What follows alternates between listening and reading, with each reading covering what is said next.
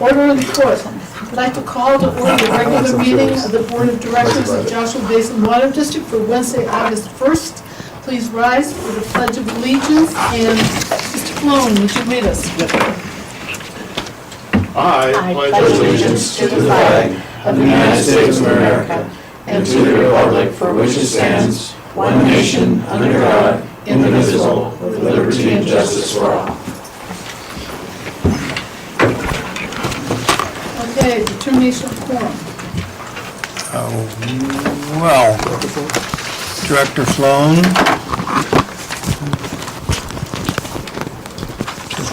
Say present. Present.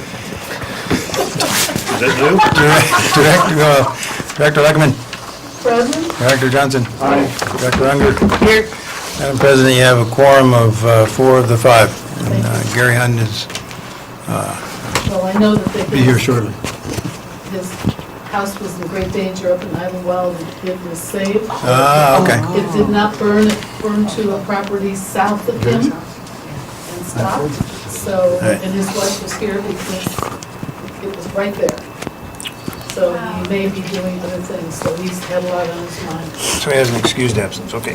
So we'll excuse him if he doesn't get here. If he does get here, we'll welcome him. Okay, do I have a motion to approve the agenda? Move that we approve the agenda? Is there a second? Second. All in favor? Aye. Unanimous? 4-0. You want something? Public comment?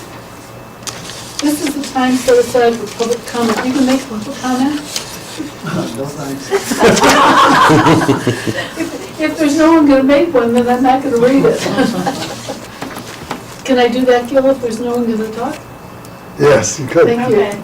Yeah, we'll go on to item number 6, the consent calendar. Matters on the consent calendar are considered routine in nature and will be enacted in a single motion without discussion. Any board member or member of the public may request that an item be removed from the consent calendar and acted on separately. It's the draft minutes of the July 18th, 2018 meeting of the Board of Directors and the resolution 18-988 changing the office hours, which was approved by the board at that meeting. So do I have a motion? Move it with one correction or one comment. On the page 4 of 17, the motion to authorize the general manager to sign a preliminary quote with the California Special Districts Association. I thought that should have read to obtain, excuse me, a $3 million lease purchase loan designated solely for the implementation of the mainline replacement program and capital improvement program. So you want that solely? Yes, please. Designated solely. Okay. Okay, with that change, do I have a motion? I move that we do that. Second. Okay, all in favor? Aye. Want to do that roll call? No, it's unanimous. Consent calendar. Matters on the consent calendar are considered routine in nature. Did I already do that? Sorry, you're right, I did. Annual reapproval of the investment policy. Recommend the Board of Directors reapprove the investment policy. I presume that's Susan. Yeah. This is a routine matter. We've done this each year for many years. This provision of the government code was enacted in response to the Orange County bankruptcy many years ago. Some of you may recall where the County Board of Supervisors were unaware of the types of investments that were being made by the county treasurer. So this law was enacted that that an investment policy be approved by the board, and then periodically that investment reports be submitted to the board. That is no longer the law. However, we believe that that's prudent, and it's good to keep the board involved in this process, and that you're aware of where our investments are located and what the return on those investments are. So again, not required by law, but just a good practice to keep the board involved and to maintain transparency with the board and our customers. So there are no changes proposed to the investment policy at this point. All of our funds are invested at the local agency investment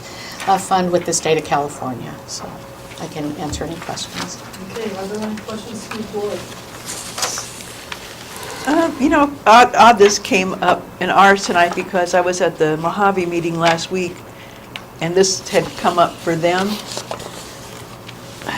It was a long presentation, it was like paint drying, but they had their Inside Investments fellow there, and he was talking about the flattening yields from the LAIF accounts. And he said especially for agencies that took a conservative approach to investments.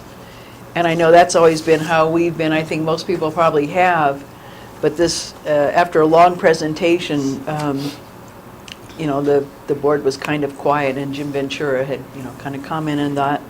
And he made a comment, the presenter said, we're closer to the next recession than we are to the last one. And he warned that, these flattening LAIF investments there's not much to count on when you need them like flattened out so far. So that's all I have to say. Anything in finance? We regularly discuss this at the finance meetings, which I invite each and every one to come and participate and be thrilled by the dialogue. No, I have no comment. Okay. I Tom, would anything? love that presentation. I bet I would have. I went through this, I've been here long enough to where this is the second time for this thing, so I had some pretty detailed definitions for some of the jargon in these things. One of the things I was just curious about, and I'm only mentioning it as an aside, is that this word, on the first page of it, this word funds, F-U-N-D-S, surplus funds, or funds held at any length of time for special projects. And I see that the word funds is used, I think, in other ways in the document. So I'm only asking, because this is sort of, this is overall a very conservative process of investment here. But just to consider if maybe we need to update some of the terminologies in this thing. For example, if they use the term money, and also this part about special projects might be too specific, because surplus money could come from any number of places, couldn't it? So just a thought, but it's on its face, it's good, but maybe we can polish it up a little bit. All right. It's up to the experts, that's you. Okay, That's all. any public comment on that? Seeing none? Do I have a motion? I would move that we approve the investment policy. Second? All in favor? Aye. Aye. Aye. Unanimous. Do I need to do a roll call on that one, Gil? Yes, on every minute order, you should. They all said yes, so it's sufficient. Okay, Excuse me. so it's basically a roll call. Yeah, just reflect one absentee, that's all. Okay. Item number 9. Number 8. Number 8. Can I go home now? No. Bob does not want you to go home. And I marked out 9 too, I'll probably skip that one. I've got my finger over it to remind me. Okay, recommend the Board of Directors approve Resolution 18-989, amending Article 4, Section 4.04.01 of the Administrative Code. Mr. Sauer. This is an amendment to Article 4.04.01, amending the administrative code, and Susan will explain it. You heard about this some months ago, and you concurred in theory, I guess, that it should be within the general manager's purview to amend job descriptions in minor ways, and then it would take board concurrence for major revisions to the job description. So the current context of that section of the administration code is on page 16 of the packet. So this is how it currently looks, and you can see there in yellow in the strike-throughs that these are the things that we're amending or taking out, which are then displayed on page 15 or 14 and 15 of the packet. So the changes begin in section 4.0401, and this is simply to formally memorialize those changes that you already agreed to in theory several months back. So This is part of the administration code. It takes a resolution to amend the administration code formally, and that's all that we're doing here, so. Thank you. Any questions of Susan from the board? Tom? I'm looking on page 14 of 17, which is not part of the amendment that we're talking about here, but I'm looking at this section 4.04, and at the very end in italics, there's those reference things there, revision notations. Right. Is that gobbledygook down there where it's resolution number 1, and then it's got a 9, and then a 9, and then, is that part of a date? There, 10/04/2000 and something? Good question. I didn't type this, I'm sorry. Yeah, well, just, that's another one of those, Ask, I'm sorry, Director Sloan, that should be revised, but I think they cut off part of the, when she copied it, it got cut off at the bottom, so the numbers were, it's a revision, it should be 2 dates of when they were revised, when this, Article 4 was revised. so are we gonna fix something there? Is that what it Yes. is? Okay. It should include the resolution number and the date. Right. These When are it's just been revised, yes. quibbly things that the earth does not move on this stuff, but, you know, it's a clarity thing for this old camper. Detail. And pardon my ignorance on this, but I could not find what an MSC revision process would be. MSC? Management, supervisory, confidential. So we have our general unit employees who are in the union, and then we have the other employees who are in the management, supervisory, confidential unit and not part of the union. Okay. And then, pardon me, this part about, on this page 15 of 17 in 4.0402, I'm just trying to understand this stuff. Absolutely. It says, there's the duty of the general manager to attend all regular and special meetings of the board of directors unless excused.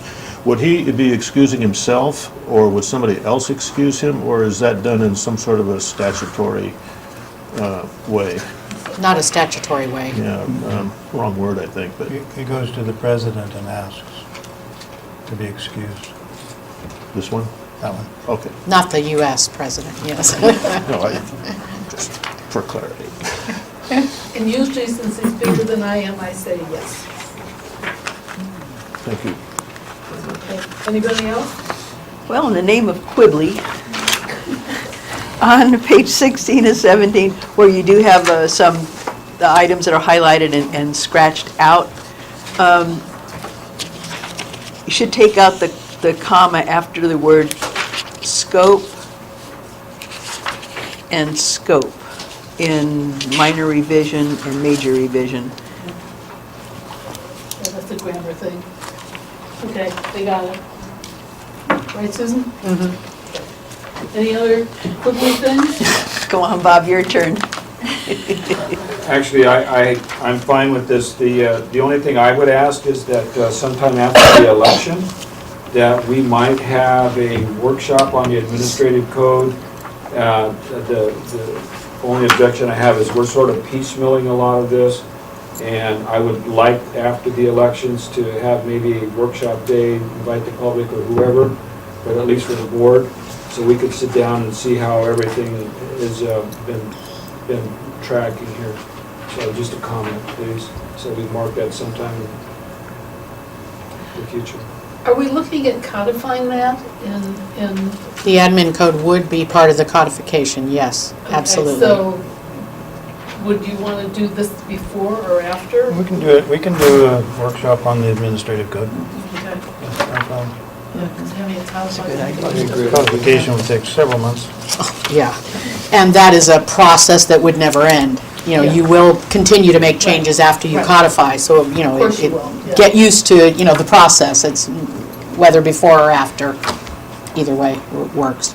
Good. Anyone else, any public comment? Seeing none, welcome Al. We will go to item number 9. Yes. Oh, I think you better approve it. I move I that would we- resign. I move that we approve, what is the verbiage? The resolution. Resolution 18989? Is there a second? I'll second that. I'll do a roll call. Tom? Aye. Bob?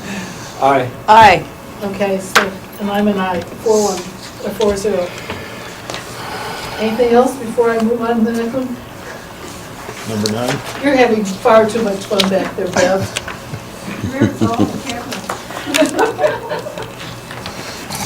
Okay, item number 9, CIP number A18015, Saddleback Watermain Replacement Project. Is that you, Mark? Yep. All right. So perfect. So we've gone through purchasing the equipment and getting geared up for our first water main project, water main replacement project, which happens to be about a little over 23,000 feet. It includes roads like Juniper, San Angelo, Torres, Division, Sunburst, Saddleback, over towards our west end of town over here by the Playhouse. And so this would cover the actual survey and design needed for that project. Not only would guide our crews through the installation of that, but is also another requirement for the county and Caltrans for permitting processes throughout that. So staff got 2 quotes, one from Dudek in the amount of $96,834 and another from another engineering firm called West Coast Civil Inc. for $85,750. It's almost $11,000 difference between the two. And also West Coast Civil will be providing, as part of that, about an additional 52 hours, or estimates about an additional 52 hours working along with Caltrans and the county through the permitting process. So not only a little bit cheaper there, but also has more hours scheduled for the project too. So that concludes my report, and I'll be happy to answer any questions after public comment. And didn't it say you worked with them before? Yes, one of the engineers that's designed several pipelines for high desert as So well. you highly recommend you. That's good. Nice. Any questions from the board? We just got this. Oh, that's right, yeah. I'm looking on the revised one that we just got this evening. It says that there's going to be project status meetings, that this West Coast Civil is going to attend. Who else is going to attend those meetings? It'd basically be staff from the district, and then some of those would also include, members from Caltrans or the county, depending on who we were working with through the permitting process. Other members could surely come to those as well.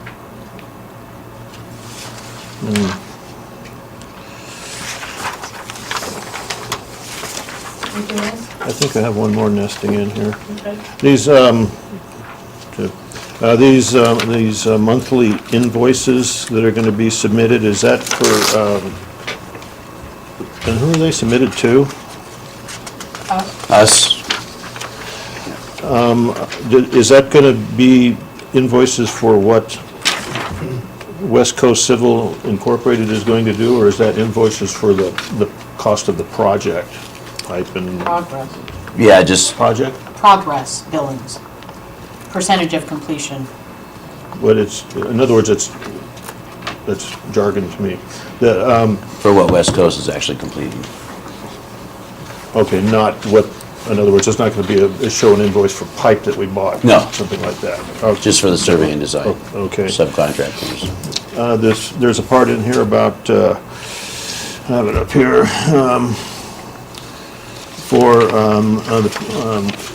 let's see, it'll include new fire hydrants in the project. Is that going to be replacement of old ones, or is that going to include new additional ones so that the overall number increases?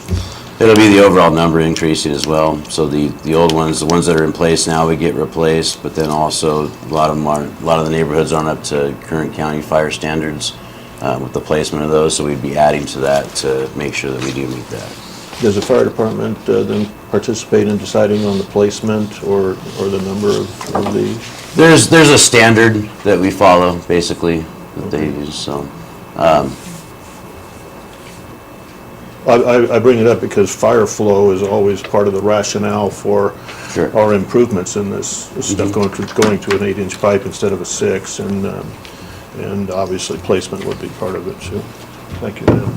Okay, you're welcome. Anybody else have questions on this? DDEC did include like a picture of the area. Mark, what were those streets again? It kind of shows it looping around here. Yeah, there's Juniper in there, San Angelo, Torres, Division running east and west there towards the kind of the center of the project, Sunburst Road, and Saddleback. And then there's 3 or 4 easements that are included in there too that don't really have names, so. That's great. It's a good project. It is, it's a really good project, absolutely. Especially as of late with the number of leaks we've been having coming from that direction, so. So that is probably one of your highest priorities in picking where you're going to use it. Do the project is where we have a lot of leaks and doing a lot of repairs. Correct. Where the pipe is just leak, repair. Cool. Any questions from the public? You have one, Bob? Well, I appreciate the contracting, bids, and appreciate your due diligence on that. That's good. I think I would appreciate a little more time to digest some of this, so maybe if you could socialize it a little bit prior to, the meeting would certainly be helpful for me. But kudos to you, and keep on saving us some money. Okay, Mr. Marquez. Marquez, Sunter community, I appreciate and the community appreciates the support, and they also support mainline replacement. On this project, it has to be engineered, as stated here, plus the expenditure to install the main line. I just would like to refer back on other projects that were engineered, which were never gone forward with after they were engineered. And I'm just going to make one case in point. This was a regular meeting of the Board of Directors, Wednesday, April 2nd, 2008. And item 8, it showed that engineering services for miscellaneous line replacement projects recommend that the board authorize staff to enter an agreement with Nolte Engineering and engineer 3 separate projects at a cost of $41,900. So my comment is that there's been other projects that have been engineered throughout the years and they've never been fruitful. And I would hope that the board and staff would go back, find out where all these projects that were engineered and why they weren't done and they should be done. And this is over 10 years. Thank you. Thank you. Any comment? No comment. That's the only one. Can I make one? Yes. This train is on the tracks and it's moving. We've got money coming, we've got personnel, 5 more people coming. And we have a board now that is enthusiastic about proceeding. But to take your point, time will tell. And it's our job to keep an eye on this and make sure that there aren't any unnecessary delays. I think maybe even Veterans Way was one that was started and never, or not started, but planned and never done. This is a different time. And I've been out there when that pipe has been leaking and watching the guys with their heads in a hole replacing. I've submitted the video on that, watching them work on that pipe, and the guys made comments about how they're out there all of the time working on that pipe. It's a frequent flyer when it comes to problems. One of the indications was that the pipe initially was wrapped as a preservation strategy, I believe it is, and there was no visible wrapping on it. The pipe had been in the ground for so long that the protective coating or shield around it was completely disappeared. And the board is aware of, may I say, the board is aware of where we need to go on this, and especially since we've already voted that it's supposed to be in progress, or that we're going to proceed with this. And we have begun it, and I take your point, and it's one of my primary complaints, and it's one of the reasons I'm up here, is because nothing has been done in the past, nothing substantial has been done to repair our overall problems. And I'm with you on this, Al. We need to go, and my behavior is going to indicate that we need to do that in a substantial way. Thank you, Matt. You're here. Anybody else? Any other public comment? I have a question. If we have old engineering, it would have to be redone to current standards, wouldn't it? Or would it? Correct, depending on how old it is, yeah, and going back and looking at things, I mean, a lot of stuff has changed, you know. Part of that also is looking into the future, you know, is there a chance for us to potentially put sewer in? You know, we want to take that into consideration, make sure that we allow enough room for stuff like that in the ground. But certainly, you know, Kurt has brought to my attention some plans that have been out there, those from Nolte as well, and, you know, where we can incorporate some of those ideas, we certainly will, so. Very good. I just wanted to clarify that. I hear that as savings. I hear you're going to save some money. I'm loving this guy. All right, do I have a motion? I'll make one. I recommend that the Board of Directors authorize the general manager to enter into, No, that is the wrong one? you authorize, the Board of Directors is going to authorize. I got the question now. Authorize the general manager to enter into agreement to survey and design of the district's Saddleback Watermain replacement project with West Coast Civil Incorporated. Second. Okay, we'll do a roll call. Tom? Aye. Rebecca? Aye. I'm an aye. 4-0. Thank you, Mark. Yeah, you. thank you very much, Mark. And smooth sailing. Move to item number 10, the district council's report. Yes, Madam Chairman, I'll give you a quick update on the water tax proposal by the legislature. It's not dead, but I think it's fair to say that there appears to be little interest in that thing moving forward, and I don't think it will. No one's picked it up as being a tack onto a pending bill. And then there's another bill that's got the greater water community of interest, that's SB 998, and that's the bill that wants to amend statewide and adopt a uniform shut-off procedure for water service when somebody isn't paying their bill. That bill would impose an additional administrative burden on staff. Susan's well aware of this. And that means more cost before you shut off somebody. It means more involvement with the individual and why they're not paying their bill and whether any accommodations could be tendered by the district. That bill has led a charmed life. It's, despite strong opposition by, I'm sure, Aqua and other water agencies, it's moving forward.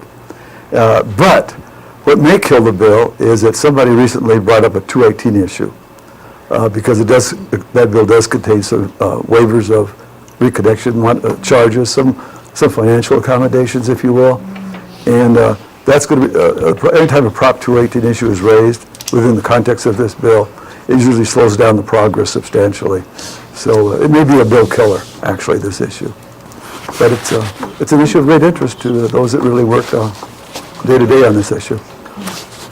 That's all I have to report today. Thank you, Gil. General Manager's report, Mr. Sauer. Well, the low-income assistance program started today, Yes. and we have already received approval from United Way for the first enrollee. So, pretty quick turnaround, and several people stopped by to ask about it. Several people took some information. We're assuming that several people are looking on United Way webpage, our webpage, and we'll report back to you as we go forward. There was what was billed as a Chromium 6 conference call hosted by Metropolitan Water District, I believe, today. And Mark and Randy sat in on that call, and I'll ask Mark to update you on what we learned about Chromium 6 and what the state's doing, and it's better news than you thought. Well, it's not that good, but it's better news. Yeah, so we had met with CVWD and met on the phone earlier today, just for somewhat of a kickoff meeting. The Division of Drinking Water basically wants to bring before the State Water Resources Control Board a framework for promulgating MCLs in the future. So not just for bringing something like CR6 back before them for the financial impacts, but all of basically a framework for all MCLs coming up in the near future. So, we have a lot of instances with constituents like TCP and CR6 where, a lot of components weren't taken into consideration. And so the group basically wants to write another white paper to the state basically that explains our position so that we stay kind of up front in that. Don't have certain dates on exactly when they're going to start those workshops. They're saying mid-September right now. And so we're trying to kind of get ahead of the ball game and make sure that have a voice in those as much as possible, so. Any Interesting. scuttlebutt on what they're thinking? No. No. But, from that TCP and CR6, just from the pushback that they got on that financial side of things, it's where they're feeling that they're trying to, have the most framework provided for that, so it doesn't become an issue in the future. That is good news. I mean, it really is. If they come up with their framework for figuring out how to figure out an MCL, a maximum contaminant level for these things, I mean, my gosh, that's progress. Yeah, it's a The science seemed to get a short treatment on the first review. They centered primarily, as you know, on financial implications, but they kind of dodged the science implications. Yeah. And I'm glad to hear that they may delve into that a little bit deeper now. That's huge. I didn't think it was ever properly explained to us. And hopefully there'll be something there then for mitigation, once they figure out what should be the proper level, which would be science. Yeah, exactly. And then how much it costs. I mean, we're looking at years for this, Mark. This is going to take years to figure out. So any investments that we've already made, are we going to get a refund? Yeah, none of that talk yet, but we'll keep pushing along. There's so many. Tom, anything? But pass it on to Any public Alex. comment? I'm sure he knows it. And then, speaking of savings, 2 weeks ago, the board approved us buying the equipment for the capital improvement program. And Mark and Beverly were very busy last week with purchase orders, et cetera. So we've purchased all of the equipment, or sent in purchase orders for almost all of the equipment. What was approved, yep. Yeah, and that was approved. Because we got it in before the August 1st rise of 5 to 20%, we saved some money on some of the equipment. And apparently other people were doing the same thing, because Mark informed me yesterday that, was it the front end loader? We were looking at a 2018 model, and the 2018 models were not available. So this distributor decided that they would give us a new and improved Model L 2019 model at no additional cost, which saved the district. Didn't really save the district because we weren't going to buy it, but since we bought it and didn't have to pay the additional $30,000, we sort of saved some money there. And we've had the kickoff meeting with GeoViewer last week, and Mark can update you on that, but he's really anxious to tell you about well 14. So if we remember, we had Lynch coming out free of charge, wanted to come up and apply another disinfection round to the well. They did that this Tuesday, or last Tuesday rather. They actually brought the representative from the Redichlor, or the calcium hypochlorite that they used. It's a company called Redichlor. Their representative actually came out with Lynch and helped them do all the dosage and kind of went over their product with us, and it was a good visit with them. The 7 days prior to that disinfection, though, we had all absences on all of our sampling going into that. And so, we decided to go ahead and go through with the disinfection just to kind of, kick it while it's down, and hope to see good sample results coming up. Today was our first round of step testing today, and that'll continue through Thursday, and then we'll start taking 2 samples a day basically to meet what our sanitary engineer wanted, which is about 7 days of clean samples out of the well. So with any luck, by next Wednesday, if it continues the way it was, there's a good potential we can put it back online. So Oh, excellent. yeah, very good. And not just, I might add, not just the coliform being absent too, but our heterotrophic plate counts, which is basically a measurement of all the bacteria in the water, has significantly dropped off, so, from where it has been in the past. I mean, in some instances, we were down to double digits, where you can have, all the way up to 500 colony forming units in one sample, so it's looking really good. Fingers are crossed. Thank you. And that's the end of my report, which was mostly Susan's ideas and Mark's. Okay, very good. Can I just ask a question about that? Yes, sir. Just in recalling something that Al brought up a while back that staff had an interest in, where are we with this examination of well 11? Are we kind of like moving that into the background or not doing it because we're moving ahead with well 14? Yeah, I believe that, once we see how these samples go over the next week, well 11 is definitely one of those ticket items to bring back to the board, should that not be a viable well for us anymore, to start examining where we can drill another well, potentially bring that one back online if it's still usable. So it's certainly up at the forefront, but just on the back burner for a little bit longer. Thank you, ma'am. I don't remember, why did they take well 11 off? A sanding issue, Sand, perhaps, that's right. yeah. Yes. And so that could, and apparently, some issues started after the earthquake, and it just, significantly got worse over the years. It could be a really huge problem. It could just require what they call a swedge, which is basically just an inner liner that goes down there and seals off a hole in the casing. So it could be relatively easy to fix too, so. Good. All right. We will move to item number 12, director reports on meetings attended, comments, and future agenda items. And first is public outreach, and that will be Kathleen.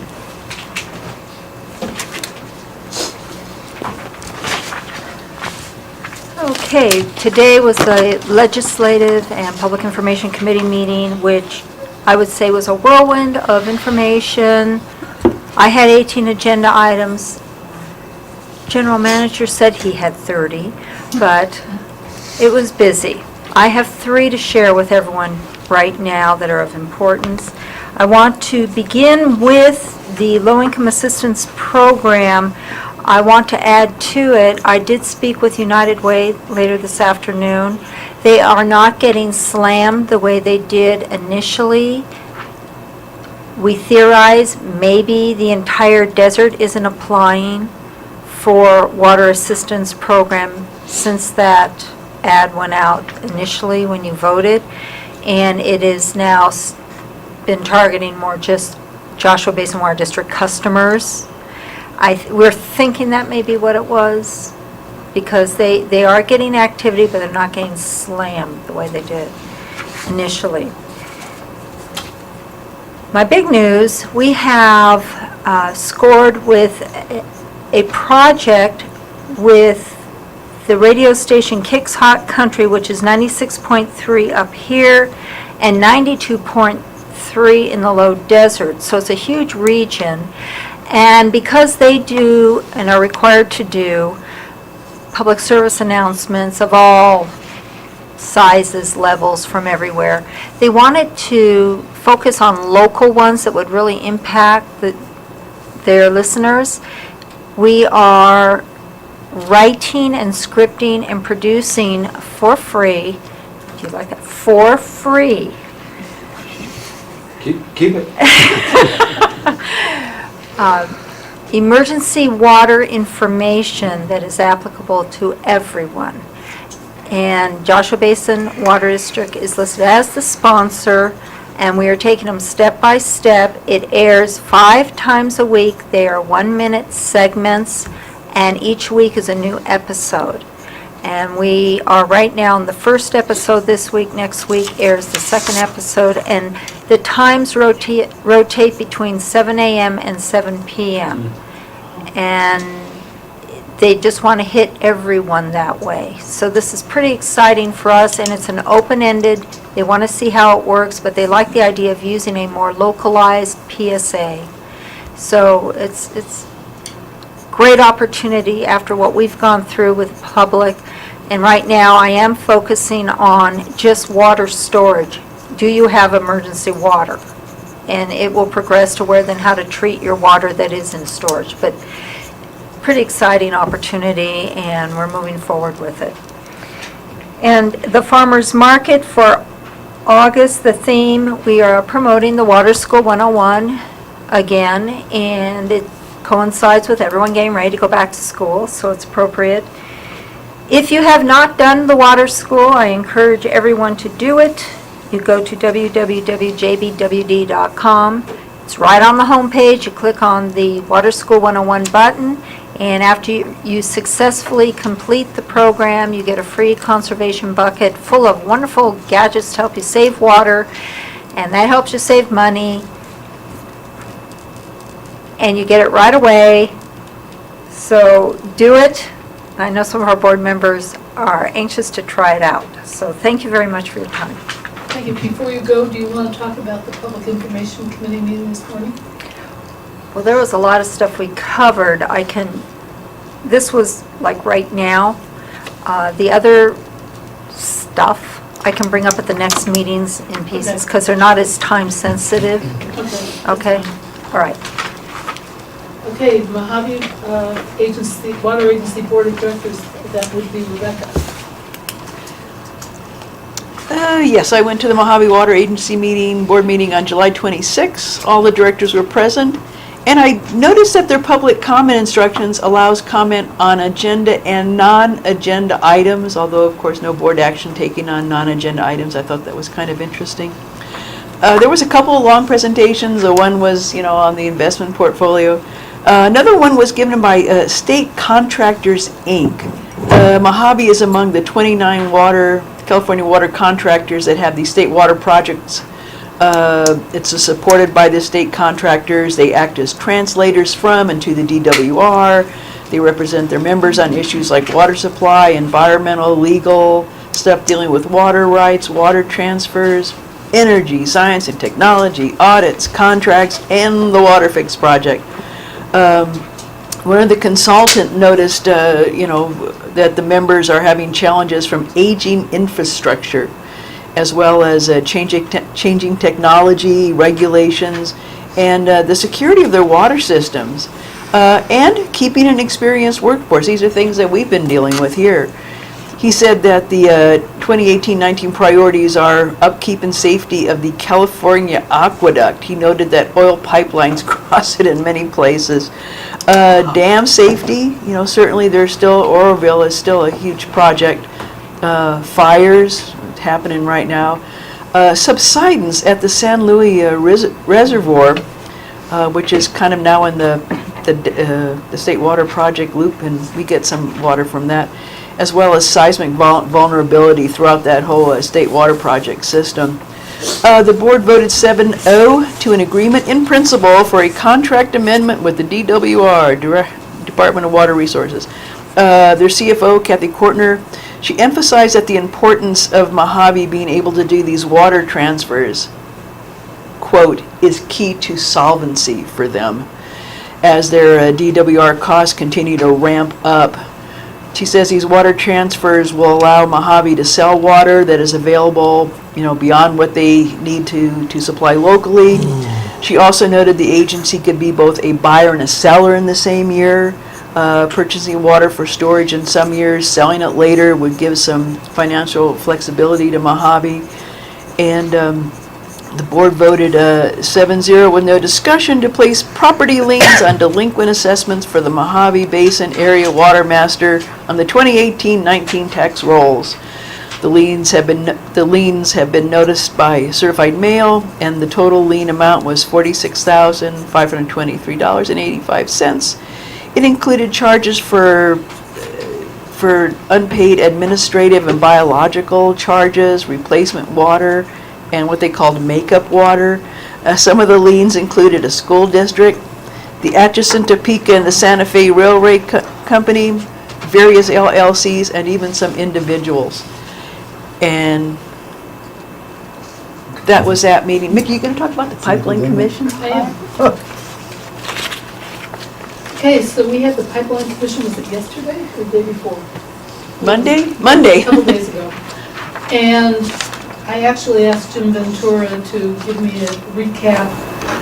he brought several people from Mojave to give reports. One was Mike, and I've forgotten Mike's last name, but Mike is the head of operations, and talking about the operation of the Morongo Basin pipeline and what's involved. And they paid, I think they've been paying it, but didn't they want us to be paying some more of that?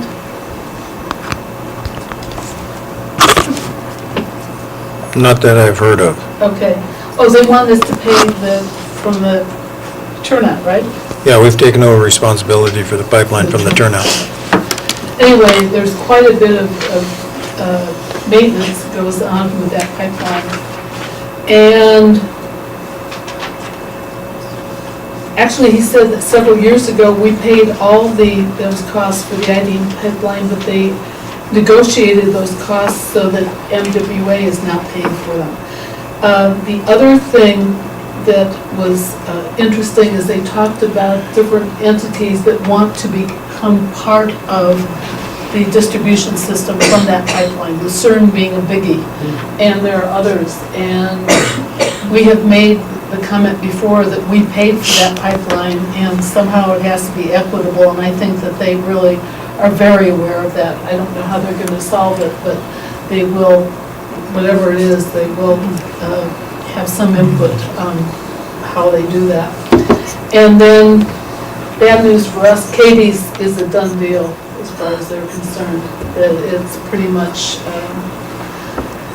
been put through, and that we can't do anything to oppose it because it's going to happen.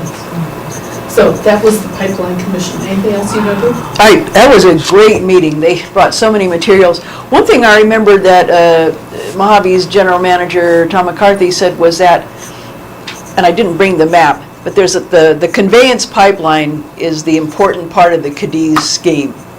And the BLM had said that it's okay, it goes along with the railroad right-of-ways.